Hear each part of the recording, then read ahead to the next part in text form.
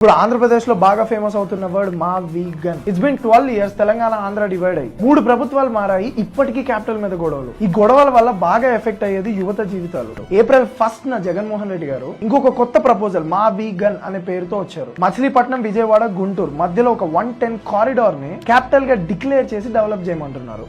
Capital సిటీకి కొన్ని administrative functions ఉంటాయి. అంటే secretariat, assembly, high court and CM, ministers residency ఇలా చాలా ఉంటాయి. సో ఇలా ఒక కారిడార్ క్యాపిటల్ గా అనుకుంటే డెవలప్మెంట్ జరుగుతుంది, కాకపోతే కేయాస్ ఎక్కువ క్రియేట్ అవుతుంది. అండ్ ఫేజ్ 1 లో వేల మంది ఫార్మర్స్ గవర్నమెంట్స్ కి ల్యాండ్స్ ఇచ్చారు. మళ్ళీ ఫేజ్ 2 ప్రాసెస్ కూడా స్టార్ట్ అయింది. ఇంకా ల్యాండ్ పూలింగ్ జరుగుతూనే ఉంది. ఇలాంటి టైంలో ఇంత రెసిస్టెన్స్ అపోజిషన్ నుంచి వస్తే ఒక పెద్ద కేయాస్ క్రియేట్ అవుతుంది. మళ్ళీ జగన్ గారు ఫస్ట్ నుంచి క్యాపిటల్ విషయంలో ఎందుకు ఇంత ఇన్కన్సిస్టెంట్ గా ఉన్నారో నాకైతే అసలు అర్థం కావట్లేదు. 2014 లో అమరావతికి ఓకే అన్నారు. సీఎం అయిన తర్వాత 3 క్యాపిటల్ పాలసీ అన్నారు. మళ్ళీ వైజాగ్ క్యాపిటల్ అన్నారు. మళ్ళీ మొన్న ప్రెస్ మీట్ లో మా వీగన్ అనే కొత్త కాన్సెప్ట్. అంటే క్యాపిటల్ అయ్యేది కాదు, వచ్చేది కాదు అనే ఈ స్టేట్మెంట్స్. ఒక ఎక్స్ సీఎం గా పనిచేసి 40% ఓట్ బ్యాంక్ ఉన్న మీరు ఇలా మాట్లాడితే ఈ క్యాపిటల్ విషయం ఇంకా డిలే అవ్వకుంటూ పోతుంది. అండ్ దీని వల్ల బాగా ఎఫెక్ట్ అయ్యేది ఆంధ్రప్రదేశ్ యువత ఇంకా ఇబ్బందులు పడాల్సి వస్తూనే ఉంటుంది.